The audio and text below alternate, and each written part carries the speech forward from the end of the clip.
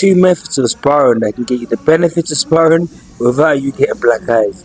So the first method we're going to go through is going to be touch sparring, and then I'm going to take you through body sparring. Now, the objective of touch sparring isn't to hurt your opponent, but it's to work on reflexes, distance control, feints.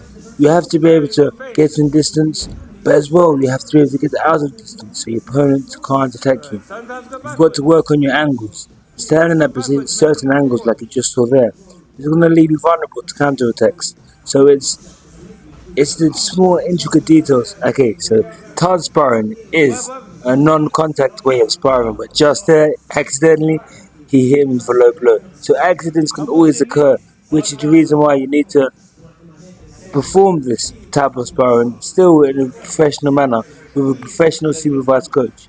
I was there just watching. Look, I'm just here. So you got to still take precautions when you're doing any type of sparring.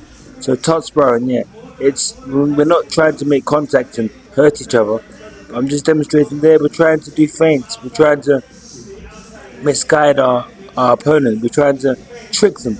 We want them to think we're going high, but we're going low.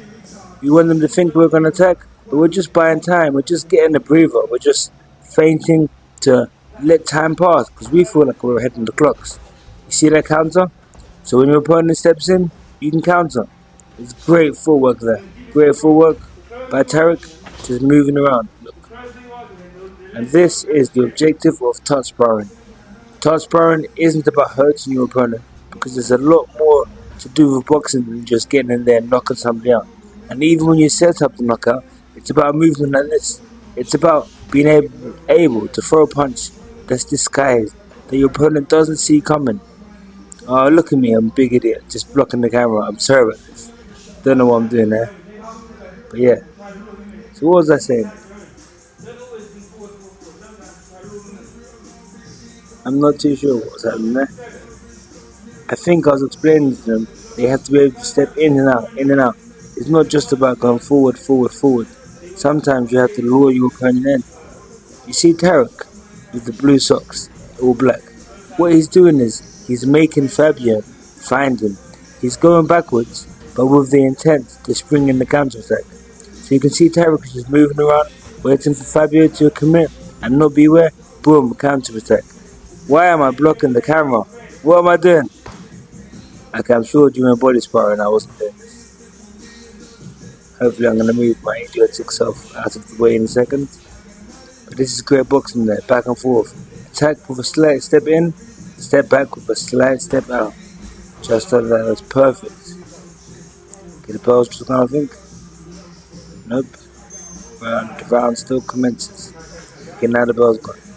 So that's the objective of touch sparring. You can use touch sparring as a warm-up, or you can just pull it in part of the workout. You can do some intense rounds of touch sparring. Now the boys are doing body sparring, which is a bit more physical, but they're being technical. They're looking for the gaps. Now, when you're body sparring, it's not just about wailing away because you know you're not going to get hit to the head. You still have to use your boxing IQ. You got to find ways to open up your opponent, which is even harder to do as they know it's only to the body that they're going to be attacked. And usually speaking, someone's body is a lot more resilient to punches. So when you're attacking to the body, doing body sparring, you don't want to just be covering your body up. You still want to be in a regular guard. Just like you're seeing from the two boxes here. Look, Fabio is still using a high guard, even though it's body sparring. With Tarek there in like a fully shell. But look, see, he's still catching shots and looking for the openings. Looking to counter a punch. There Fabio is. Now what this can do is it increases your boxing IQ, your boxing know-how. It increases the way you think to box. Because you realize through body sparring you have to calculate. You can't just go in there and bang somebody out. And the more you calculate, is the more success you have as a boxer. Because boxing is a calculation. It's a smart man's game. So you have to think your way through the round. If you want to land punches in the body, you got to think. Otherwise, you're just going to keep continually hit the guard. It's a good round here from the boys. It's great footwork. You see that? So Tarek fought. He's found an opening. He tried to step diagonally across. Look, that's good there. Attacking the center, attacking the outside. You need to have variety in your punches, which both boxers are showing. Look, there's from fives and sixes, the threes and fours, the ones and twos. When you're punching in different dimensions, different directions, it's harder for your opponent to be able to see the punch coming in.